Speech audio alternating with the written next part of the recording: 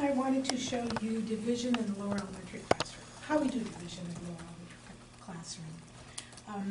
Right now we have third-year students, second-year students, and even first-year students doing division. A lot of times the students who are doing the division have already been introduced to addition, multiplication, and subtraction, all with materials. And they also have done addition facts, multiplication facts, and subtraction facts. So, the children have already used the golden beads from the early childhood classroom, so they're familiar with that. And when they get to the lower elementary, and sometimes even in early childhood, they get out the stamp game.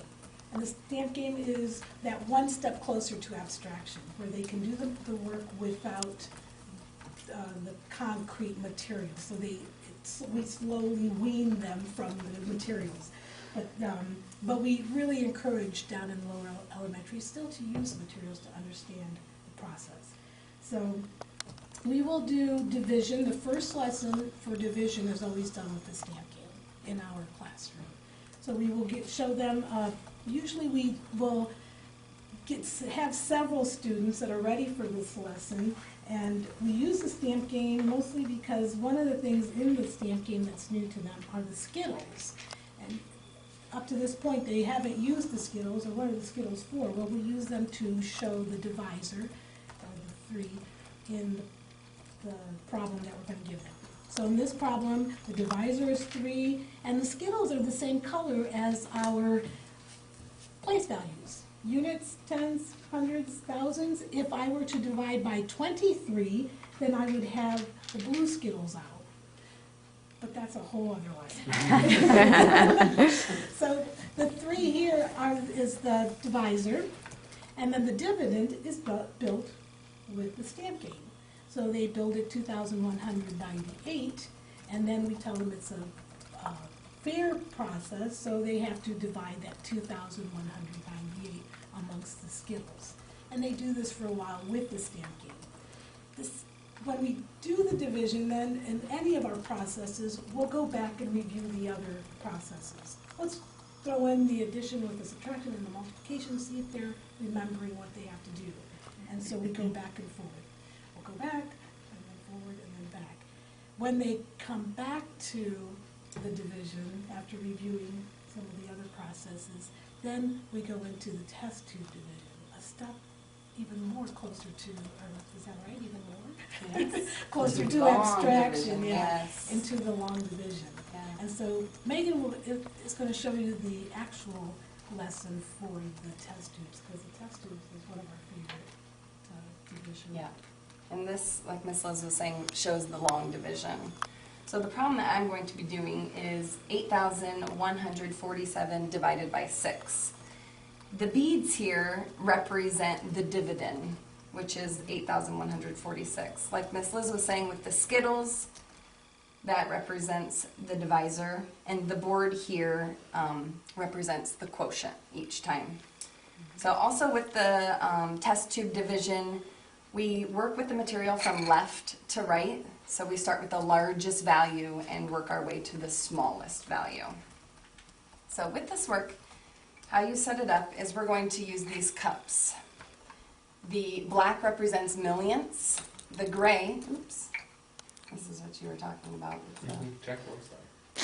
Yeah, when they fall out. And it happens. We've had them. Yeah, I could imagine. Yeah. The black is the millionths, the gray trays are the thousandths, and then we have our units, tens and hundreds. So my problem is 8,147. And the colors are the same from early childhood. The units are green, tens are blue, hundreds are red, and our green, again, is our thousands.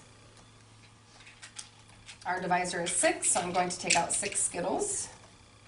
And usually when they get to this step, we usually say, oh, these are your 6 friends. And we're going to divide 8,147, what? Pieces of candy, toys. That way it's fun for them.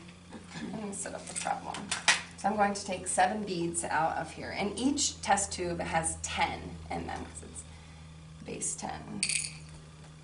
3, 4, 5,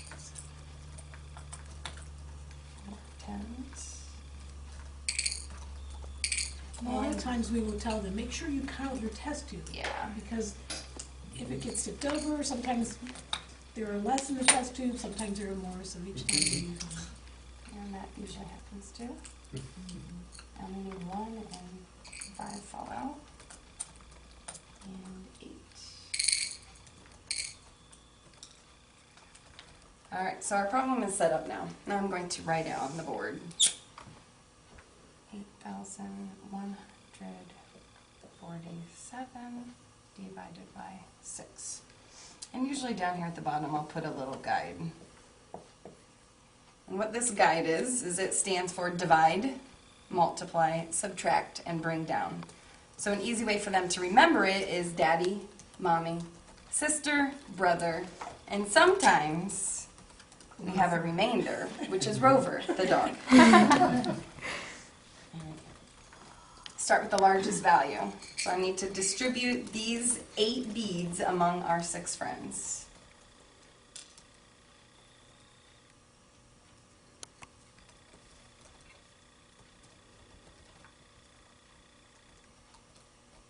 One of the things that children, again, you know, they've already, they're familiar with exchanging or carrying over, whatever, there are different terms for that.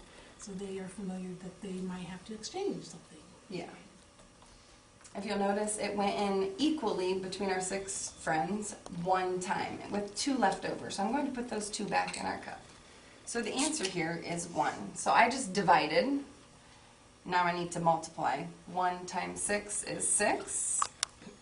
The next step is to subtract. 8 minus 6 is 2. I can check my answer because there's 2 beads left in the cup. The last step is to bring down. Once I exchange my 2 thousandths, 1 thousandths gets 1 test tube of 100. 10 hundredths equals 1,000. Oops. And again, exchange.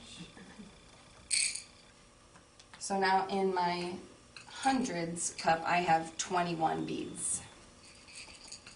It's always important to clear the board each time you're dividing over again the process. Right, now I need to start distributing. Another thing that students will start to do is they start to estimate. How many times do you think 21 beads are going to go into 6? And usually, because they've been practicing their multiplication, their guess is usually pretty accurate.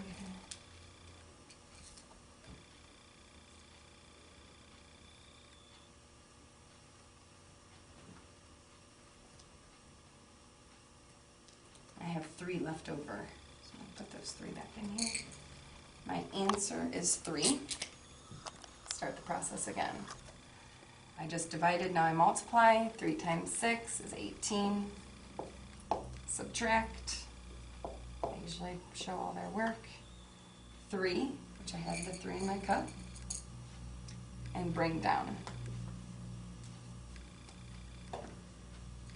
Now I need to exchange. 100 is 10 tens. The kids will get really good at this. They'll put 2 in at one time because they like to take both test tubes and act like they're scientists and dump them in. The next step is to clear the board.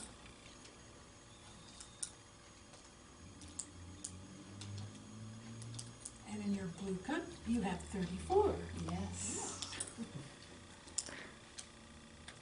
When a child usually does this work, how many different problems do they do usually at an individual setting?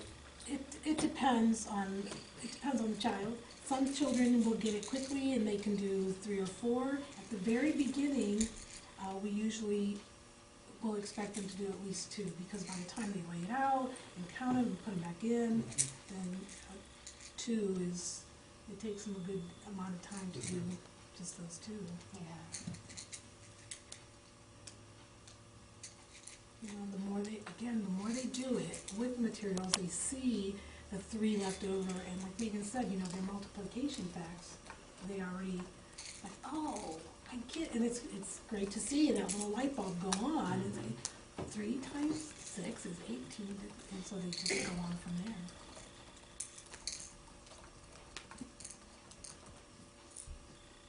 And as you can see, I have 4 left over, so that's not going to work. So my answer is 5. Just divided. Now I multiply. 5 times 6 is 30. Subtract 4. And I have 4 left. So they always check their work with the material and then clear the board.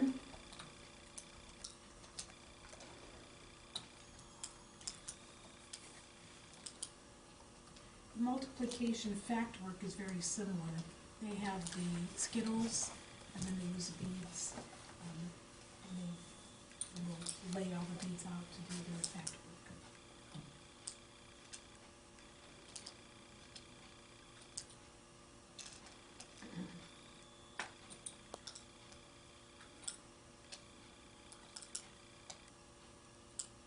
And I need to bring down my last number. So now I'm going to have to distribute 47 after I exchange 110 is 10 minutes.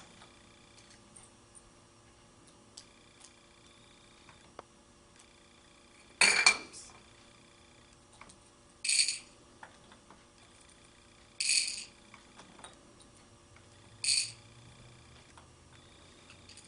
And 47.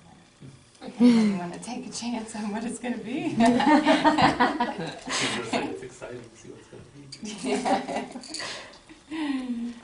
I'll hurry. Is it 6? Oh, what's 6 times 6?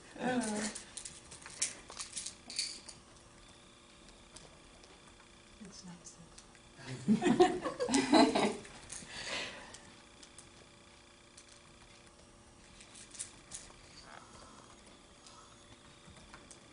And this is a material that every year when we get first-year students that come in, they're just drawn to it. Well, look, can I do this? And they'll pull it out. Oh, you'll get there. You'll get there, but not today. Because it even looks fun. It's like, wow, what are these?